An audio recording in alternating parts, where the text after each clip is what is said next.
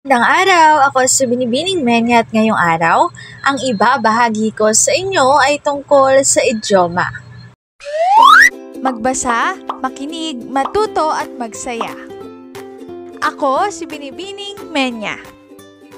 Handa na ba kayo? Tara na, umpisa na nating isa-isahin at pirapirasuhin ang mga detalyeng nakapaloob dito. Maaari kong ibigay ang soft copy ng video na ito, mag-email ka lamang o kaya naman ay mag-message sa aking Facebook page. Ilalagay ko ang aking email sa gitnang bahagi ng video at ang Facebook page naman ay sa huling bahagi matatagpuan. Maraming salamat sa panonood!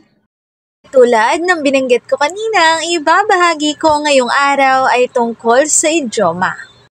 Ano ang idioma? Ang idioma ay isang matatalinghagang pahayag na ginagamit sa araw-araw na pananalita. Ito ay may nakataling kahulugan na naiiba sa literal o tuwirang kahulugan ng mga salita.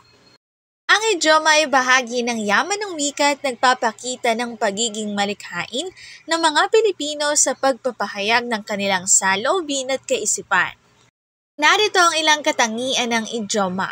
Una, hindi literal ang kahulugan. Hindi ito dapat unawain ayon sa literal na kahulugan ng mga salita.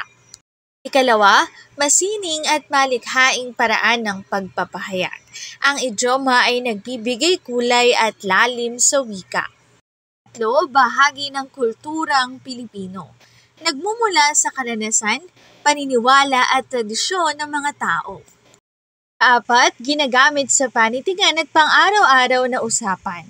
Ito ay maaaring makita sa tula, kwento, awit at pati na rin sa kasyual na usapan. Dito na nagtatapos ang aking pagbabahagi. Sana ay marami kayong natutuhan. Muli magbasa, makinig, matuto at magsaya. Ako si Binibining Menya. Paalam! Paalala, ang wikang Filipino ay mapagpalaya, atin natin itong gamitin, mahalin at mas paunlarin.